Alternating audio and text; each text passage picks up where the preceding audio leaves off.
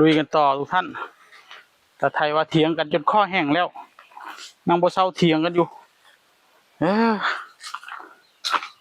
ถ้าได้ก็หันคอยวัดอยู่หัน วัด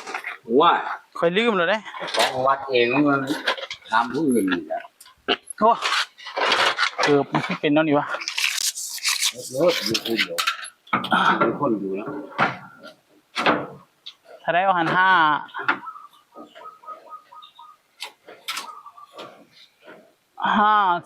ครึ่ง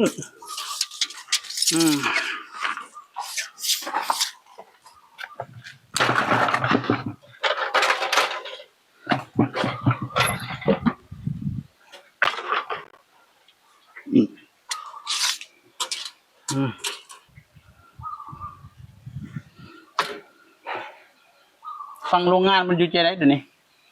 บ่มีดอก บ่มีตัวเนี้ย เดี๋ยวเอามาเบิ่งดูตัวนั้นนะ โอ้ยน่ะเถียงเว้ย เถียงซื้อๆนิดหน่อย โรงงานนี่ยังสิมีคุมุมติ เผื่อโรงงานมันผลิตมาให้ซุมุ่งเนาะถ้าได้ว่าหัน หายสิเครื่อง 54 ครึ่งโอเค ยิงไว้สักก่อนนะ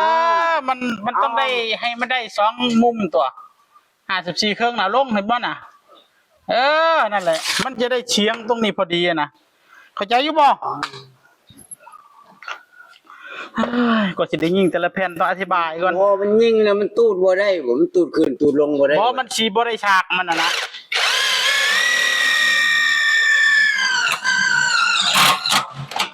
อันยิงแล้วมันก็บ่ได้ฉากมันตัวเข้าใจอยู่บ่ยังบ่เข้าใจอีกก็เลยเงิดเจ้าหลาย มันยามอยากได้นั่นได้นี่เฮาก็ไปจับให้เขาบ่ได้เจ้าของบ่จับ นะ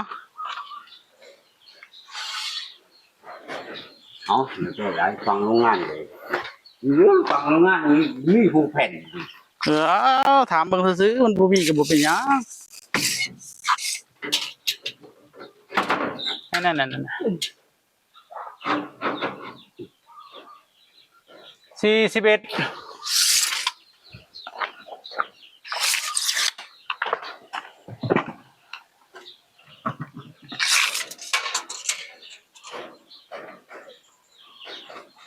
พี่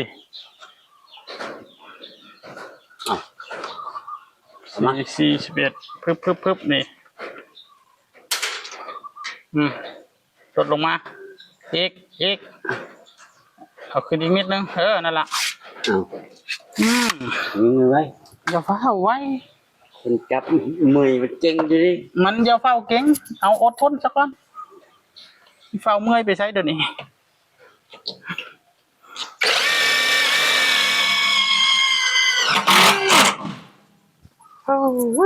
เป็นอะไรกินน้ำซะก่อนเนาะแผ่นนี้แล้วเนาะไป